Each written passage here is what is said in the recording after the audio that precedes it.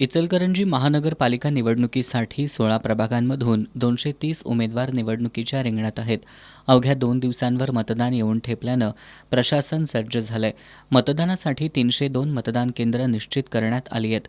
त्या ठिकाणी 713 ballot unit आणि 367 कंट्रोल युनिट सज्ज ठेवण्यात आली आहेत. प्रत्यक्ष 17 आणि राखीव 4 अशा क्षेत्रीय अधिकाऱ्यांची नियुक्ती करण्यात आली आहे. मतदान आणि मतमोजणी काळात शहरातील 302 मतदान केंद्रांवर 1510 अधिकारी कर्मचारी आणि 302 पोलीस कर्मचारी तैनात असणार आहेत, अशी माहिती निवडणूक अधिकारी तथा आयुक्त पल्लवी पाटील यांनी पत्रकार परिषदेत दिली. मतदानाच्या दिवशीची सगळी प्रक्रिया पार पाडण्यासाठी आमची यंत्रणा सज्ज आहे.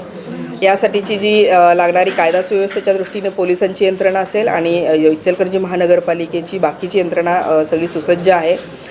सगळ्यात महत्त्वाचं मी आपल्याला या माध्यमातून सांगू इच्छिते की मतदानाच्या दिवशी 100 मीटरच्या परिघामध्ये कोणालाही मोबाईल फोन्स अलाव असणार नाहीत, कोणालाही फोटो काढता येणार नाहीत. 100 मीटर परिघाच्या बाहेर मतदान जमा कक्ष असेल आणि त्यामध्ये सगळ्यांनी आपले मोबाईल जमा करणं अपेक्षित आहे. त्यामुळं मोबाईल कोणालाही अलाव नाहीत हे सगळ्यांनी लक्षात घ्यावं.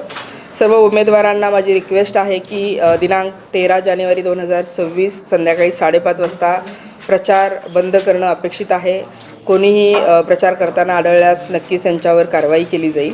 राजीव गांधी भवन इथून निवडणुकीचं साहित्य आणि मतदान यंत्र 14 जानेवारी रोजी सायंकाळी वितरित केली जाणार आहेत.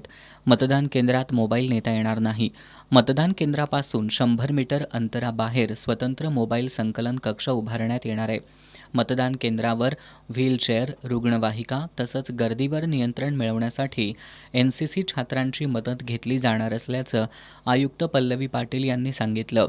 यावेळी उपायुक्त नंदू परळकर, विजय राजापुरे, नितीन बनगे आदी उपस्थित होते.